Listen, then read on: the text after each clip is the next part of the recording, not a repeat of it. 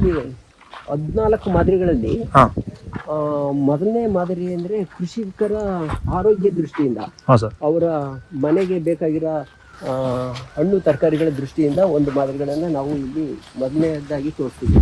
ಏನಂದರೆ ಅದು ಮನೆ ತೋಟ, ಹೋಮ್ ಗಾರ್ಡನ್ ಅಂತ ನಾವು ಹೇಳ್ತೀವಿ, ಮನೆ ತೋಟ ಅಂತ. ರೈತರಿಗೆ ಅವರಿಗೆ ಗೊತ್ತೇ ಇಲ್ಲ, ಗೊತ್ತಿಲ್ಲದೇ ಅವರು ಒಂದು 5 ಜನ ಒಂದು ಸಂಸಾರದಲ್ಲಿ ಒಂದು 5 ಜನ ಇದ್ದರೆ ಅವರು ಏನು ಎಷ್ಟು ಖರ್ಚು ಮಾಡ್ತಾರೆ ಅಂದರೆ ವಾರಕ್ಕೆ ಒಂದು 500 ರೂಪಾಯಿ 1000 ರೂಪಾಯಿಗೆ ಹಣ್ಣು ತರಕಾರಿ ತೆಗೆದುಕೊಂಡು ತೊಗೊತಾರೆ. ಸೊ ಹಾಗಾಗಿ ಅವ್ರಿಗೆ ಒಂದು ವರ್ಷಕ್ಕೆ ಸುಮಾರು 60,000ರಿಂದ 70,000 ರೂಪಾಯಿ ಅವರು ಅದನ್ನು ಹಣ್ಣು ತರಕಾರಿಗೋಸ್ಕರನೇ ಖರ್ಚು ಮಾಡ್ತಾರೆ.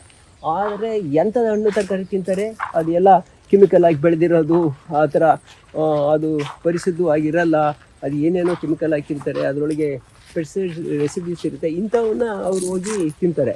ಸೊ ಅದ್ರ ಬದಲು ನಾವೇನು ಮಾಡ್ತೀವಿ ಹೇಳ್ತೀವಿ ಅಂದರೆ, ನಿಮ್ಮದೇ ಒಂದು ತೋಟ ಮಾಡ್ಕೊಳ್ಳಿ. ನೀವು ನಿಮ್ಮ ಹತ್ರ ಭೂಮಿ ಇದೆ, ಆ ಭೂಮಿಲಿ ನೀವೇ ತೋಟ ಮಾಡ್ಕೊಳ್ಳಿ. ಆ ತೋಟ ಮಾಡ್ಕೊಂಡಾಗ ನೀವೇನು ಅದರೊಳಗೆ ಏನು ಬೆಳಿಬೋದು, ಎಲ್ಲ ರೀತಿಯ ನಿಮ್ಮ ಮನೆಗೆ ಬೇಕಾಗಿರೋದ ಹಣ್ಣು ತರಕಾರಿಗಳನ್ನ ಅಲ್ಲೇ ಬೆಳ್ಕೊಬೋದು.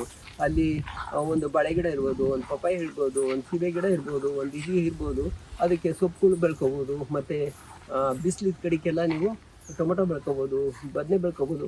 ಈ ರೀತಿಯ ಒಂದು ಹೋಮ್ ಗಾರ್ಡನ್ನು ನಾವು ಅದನ್ನು ಡೆವಲಪ್ ಮಾಡೋದಕ್ಕೆ, ನಾವು ಅಭಿವೃದ್ಧಿ ಮಾಡೋದಕ್ಕೆ ಮಾಡ್ತೀವಿ. ಅದನ್ನು ಒಂದು 5 ಜನ ಇರೋ ಒಂದು ಫ್ಯಾಮಿಲಿಗೆ ಸುಮಾರು ಒಂದು 10 ಗುಂಟೆ ಜಮೀನಿದ್ರೂ ಸಾಕು. ಎಲ್ಲ ರೈತರ ಹತ್ರನೂ ಆ ಜಮೀನು ಇರುತ್ತೆ.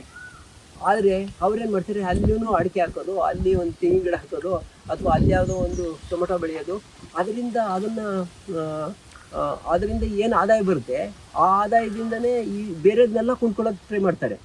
ಅದ್ರ ಜೊತೆಗೆ ಒಂದು ಹಸು ಸಾಕೋದು, ಒಂದೆರಡು ಕೋಳಿ ಸಾಕೋದು ಇದ್ದಿದ್ರೆ ಅದು ಒಂಥರ ಇಂಟಿಗ್ರೇಟೆಡ್ ಫಾರ್ಮಿಂಗ್ ಆಗುತ್ತೆ. ಆವಾಗ ಅವ್ರಿಗೆ ಅದರ ಆದಾಯ 10 ಗುಂಟೆಯಲ್ಲಿ ಇವರು 60,000-70,000 ರೂಪಾಯಿ ಯಾವುದೇ ಒಂದು ಕ್ರಾಪಿಂದಲೂ, ಅವರು ಯಾವುದೇ ಒಂದು ಬೆಳೆಯಿಂದಲೂ ಬೆಳೆಯೋಕ್ಕಾಗಲ್ಲ. ಅದ್ರ ಜೊತೆಗೆ ರೈತ ಮಹಿಳೆಯರೇ ಅದನ್ನ ನೋಡ್ಕೋಬೋದು. ಅವರ ಮನೆಯಿಂದ ಹೋಗೋ ನೀರಿಂದಿರ್ಬೋದು, ಅಥವಾ ಎಲ್ಲೋ ನೀವೊಂದು ಎಲ್ಲ ಕಡೆಯಿಂದ ನಲ್ಲಿಗಳಿಂದಲೋ ಅಥವಾ ಬೋರ್ವೆಲ್ಲಿಂದಲೋ ಸ್ವಲ್ಪ ನೀರು ಬಿಟ್ಟವರು ಅವರು ಅದು ಬೆಳ್ಕೊಬೋದು. ಆದರೆ ಅವ್ರಿಗೆ ಗೊತ್ತಿಲ್ಲದಂಗೆ ಒಂದು 60,000-70,000 ರೂಪಾಯಿ ಆದಾಯ ಬರುತ್ತೆ ಒಂದು 10 ಗುಂಟೆಯಲ್ಲಿ.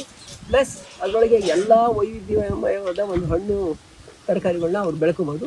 ಅದು ಪರಿಶುದ್ಧವಾಗಿರುತ್ತೆ, ಒಳ್ಳೆ ಆಹಾರ ಭಾಳ ರುಚಿಕರವಾಗಿರುತ್ತೆ, ಮತ್ತು ಅದರಿಂದ ಯಾವುದೇ ಕಾಯಿಲೆಗಳು ಬರೋದಿಲ್ಲ. ಸೊ ಈಗ ಕಾಯಿಲೆಗಳು ಯಾವಾಗ ಬರ್ತೇವೆ ಅಂದರೆ ನಮ್ಮ ತಿನ್ನೋ ಆಹಾರದ ಮೇಲೆ, ಅದ್ರ ಮೇಲೆ ಡಿಪೆಂಡ್ ಆಗುತ್ತೆ. ಸೊ ಅಂಥ ಒಂದು ಪರಿಸ್ಥಿತಿಯನ್ನು ಈ ಒಂದು ಇದರಿಂದ ಬೆಳಿಬೋದು. ಓಕೆ, ಆ ಮಾಡೆಲ್ ಎಲ್ಲಿದೆ ಸರ್? ಅದು ಆ ಮಾದರಿ ಇಲ್ಲಿದೆ, ಅದನ್ನು ನೋಡೋಣ. ಅದೇ ನೋಡೋಣ ಸರ್. ಇದು ನೋಡಿ, ಇದು ಒಂದು 9 ಗುಂಟೆ ಜಮೀನಿದೆ. ಹಾಂ, ಅಲ್ಲಿ ಮನೆ ಇದೆ. ಈಗಿನ ಒಂದು ಹೇಗೆ ರೈತರು ಇದು ಮಾಡ್ತಾ ಇದ್ದಾರೆ ಅಂದರೆ, ಎಲ್ಲ ಹೊಲದಲ್ಲೇ ಮನೆ ಕಟ್ಕೊಳ್ಳೋದು, ಹೊಲದ ಹತ್ರನೇ ಇರೋದು ಎಲ್ಲ ಇದು ಮಾಡ್ತಾರೆ. ಅಥವಾ ನೀವು ಹಳ್ಳಿಯಲ್ಲಿ ಇದ್ಕೊಂಡು ಅಲ್ಲಿಗೆ ನಿಮ್ಮ ತೋಟಕ್ಕೆ ಹೋಗಿ ಬರ್ತೀರಿ. ನಿಮ್ಮ ತೋಟಕ್ಕೆ ಯಾರೂ ಲೇಡೀಸ್ ಹೋಗೋದೇ ಇಲ್ಲ ಈಗ, ಮಕ್ಕಳು ಯಾರೂ ಹೋಗಲ್ಲ. ಯಾಕೆಂದರೆ ಅಲ್ಲಿ ಏನೋ ಒಂದು ಇದು ಮಾಡಿರ್ತಾರೆ, ಟ್ರ್ಯಾಕ್ಟ್ರಲ್ಲಿ ಉಳುಮೆ ಮಾಡಿಸ್ಬಿಟ್ಟು ಭತ್ತ ಹಾಕ್ಬಿಟ್ಟು ಬಂದುಬಿಟ್ಟಿರ್ತಾರೆ, ಅಥವಾ ಇವರೆಲ್ಲ ಹೋಗಿ ಟೊಮೊಟೊ ಹಾಕ್ತಾರೆ. ಅಲ್ಲಿಗೆ ಯಾರೂ ಮಕ್ಕಳನ್ನ ಕರ್ಕೊಂಡು ಹೋಗೋದೇ ಇಲ್ಲ, ಯಾಕೆಂದರೆ ಅಷ್ಟು ಕೆಮಿಕಲ್ಲು ಆ ಥರ ಒಂದು ಪರಿಸ್ಥಿತಿ ಇರುತ್ತದೆ. ಅಲ್ಲಿ ಯಾವುದೇ ಒಂದು ಹಣ್ಣಿನ ಗಿಡ ಹಣ್ಣಿರಲ್ಲ, ಒಂದು ಹಣ್ಣು ಸಿಗಲ್ಲ. ಆಮೇಲೆ ಅದಕ್ಕೋಸ್ಕರ ಮಕ್ಕಳು ಇದ್ರ ಬಗ್ಗೆ, ಪರಿಸರದ ಬಗ್ಗೆ ಏನೂ ಕಲಿಯೋದಿಲ್ಲ, ಅವ್ರಿಗೇನು ಗೊತ್ತೇ ಇರಲ್ಲ. ಅವರು ಬರೀ ಬೆಳಗ್ಗೆ ಎದ್ದು ಬ್ಯಾಗ್ ಹಿಡ್ಕೊಂಡು ಸ್ಕೂಲ್ಗೆ ಹೋಗ್ತಾರೆ, ವಾಪಸ್ ಬರ್ತಾರೆ, ಅವ್ರ ಅಮ್ಮಗಳು ಅವ್ರಿಗೂ ಅಡುಗೆ ಮಾಡಿಕೊಡ್ತಾರೆ. ಅದೇ ನಿಮ್ಮ ಮನೆ ಪಕ್ಕನೇ ಅಥವಾ ನಿಮ್ಮದೇ ಒಂದು ತೋಟ ಇದ್ದರೆ, ಒಂದು ಕೈ ತೋಟದ ಟೈಪು ಒಂದು ಮನೆ ತೋಟ ಅಂತ ಇದ್ದರೆ, ಅಲ್ಲಿ ನಿಮ್ಗೆ ಯಾವುದು ಕಣ್ಣಿಗೆ ಬೇಕಾದ ಹಣ್ಣುಗಳನ್ನ ಬೆಳೆಸ್ಬೋದು. ಅದರೊಳಗೆ ಏನು ಒಂದು ಬಟರ್ ಫ್ರೂಟ್ ಬೆಳೆಸೋದು, ಒಂದು ಸಪೋಟ ಬೆಳೆಸೋದು ಇರ್ಬೋದು, ಒಂದು ನಿಂಬೆ ಗಿಡ ಬೆಳ್ಕೊಳ್ಳೋದು, ಆಮೇಲೆ ಸ್ಟಾರ್ ಆಪಲ್ ಬೆಳೆಸೋದು, ಒಂದು ಪನ್ನೆಳ್ಳೆ ಗಿಡ ಬೆಳೆಸ್ಬೋದು, ಒಂದು ಹಲಸಿನ ಗಿಡ ಹಾಕ್ಕೋಬೋದು, ಒಂದು ಮಾವಿನ ಗಿಡ ಹಾಕೊಳ್ಳೋದು. ಇದೆಲ್ಲ ಮಾಡೋದ್ರಿಂದ ಏನಾಗುತ್ತೆ, ಮಕ್ಕಳಿಗೆ ಅದು ಏನು ಗಿಡ ಅಂತಲೂ ಗೊತ್ತಾಗುತ್ತೆ. ಆದರೆ ಜೊತೆಗೆ ನಿಮಗೆ ಮನೆಗೆ ಬೇಕಾದ ಹಣ್ಣು, ಒಂದು ಬಾಳೆ ಗಿಡ, 2 ಬಾಳೆ ಗಿಡ, ಅದು ಏನು ಬೇಡ ಅಂದರೆ 2 ಪಪ್ಪಾಯ ಗಿಡ. ಸೊ ಈ ರೀತಿ ಮಾಡೋದ್ರಿಂದ ಏನಾಗ್ತಿದೆ ಅಂದರೆ, ನಿಮಗೆ ಮನೆಗೆ ಬೇಕಾದ ಹಣ್ಣುಗಳು ಯಾವಾಗಲೂ ಒಂದಾದ್ರೂ ಇನ್ನೊಂದು ಹಣ್ಣು ಸಿಗುತ್ತೆ. ಸೊ ನೀವು ಬೇರೆ ಆಪಲ್ ಬೆಳೆದೇ ಇರ್ಬೋದು ನಿಮ್ಮ ಕಡೆ, ಬಟ್ ಆಪಲ್ನು ಬೆಳೆಯೋ ಒಂದು 3-4 ವರ್ಷ ನೀವು ಪರಿಸರನ ಕ್ರಿಯೇಟ್ ಮಾಡಿದ್ರೆ ಅಲ್ಲಿ ಆಪಲ್ನು ಬೆಳಿಬೋದು, ಮರ್ಸೇಬನ್ನು ಬೆಳ್ಕೊಬೋದು, ಇದಂಥದ್ದು ಅನೇಕ ಜಾತಿಯ ಹೊಸ ಹೊಸ ಜಾತಿಯ ಹಣ್ಣುಗಳನ್ನು ಅಲ್ಲಿ ಬೆಳ್ಕೋಬೋದು. ಅದಕ್ಕೇನಂದರೆ ಈ ಥರ ಒಂದು ಕೃಷಿ ಪರಿಸರ ಇರಬೇಕು. ಈ ಪ್ರಶ್ನೆಗೆ ಇದು ಅಂಟ್ವಾಳದ ಕಾಯಿ, ಇದು ಅಂಟ್ವಾಳದ ಗಿಡ, ಇದು ಅಂಟ್ವಾಳದ ಗಿಡ. ಅಂಟ್ವಾಳದ ಗಿಡ. ಓಕೆ. ಸೊ ಈ ಥರ ಎಲ್ಲ ಗಿಡಗಳು ಒಂದೊಂದು ಗಿಡ ಹಾಕ್ಬಿಟ್ರೆ ನಿಮ್ಗೆ ಆ ರೀತಿಯ ಒಂದು ಇದೆ ನೋಡಿ. ಮಾವಿನ ಹಣ್ಣು ಸಿಗುತ್ತೆ. ಈ ಥರ 4-2 ಮಾವಿನ ಗಿಡ ಇದೆ, ನಿಮಗೆ ಮನೆಗಾಗಿದೆ ಮಾವಿನ ಹಣ್ಣು ಸಿಗುತ್ತೆ. ಆಮೇಲೆ ಇಲ್ಲಿ ಒಂದು ರೆಡ್ ಕನ್ನೆರಳೆ ಇರುತ್ತೆ, ಇನ್ನೊಂದು ನಾರ್ಮಲ್ ಕನ್ನೆರಳೆ ಇದೆ, ಇನ್ನೊಂದು ವಾಟರ್ ಆಪಲ್ ಇರುತ್ತೆ, ಅಲ್ಲಿ ಇನ್ನೊಂದು ಬೇರೆ ಜಾತಿ ಬಟರ್ ಫ್ರೂಟ್ ಇದೆ. ಸೊ ಇನ್ನೊಂದು ಇಲ್ಲಿ ಮಲ್ಬರಿ ಫ್ರೂಟ್, ಮಲ್ಬರಿ ಇರುತ್ತೆ. ಸೊ ಇದು ಲಕ್ಷ್ಮಣ ಫಲ ಇದೆ. ಯಾವ ಫಲ ಇದು? ಲಕ್ಷ್ಮಣ ಫಲ. ಲಕ್ಷ್ಮಣ ಫಲ ಕ್ಯಾನ್ಸರ್ಗೆ ಉಪಯೋಗ. ಲಕ್ಷ್ಮಣ ಫಲ ಇರುತ್ತೆ. ಅಲ್ಲಿ ಇರೋದು ಹನುಮಾನ್ ಫಲ, ಇದು ಲಕ್ಷ್ಮಣ ಫಲ.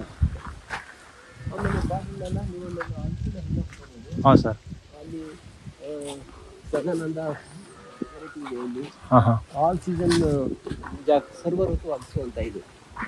ಸರ್ವ ಋತು ಹಲಸು ಇರುತ್ತೆ.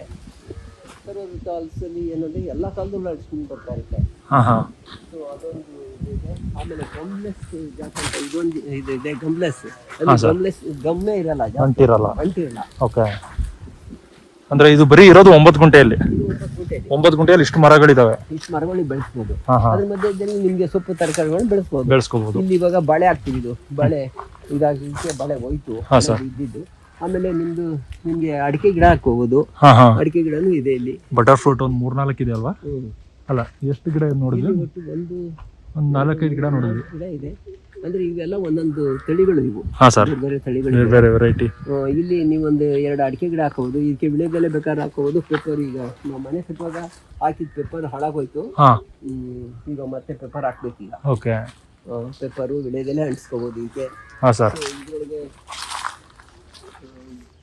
ಮನೆ ನಿಮ್ಗೆ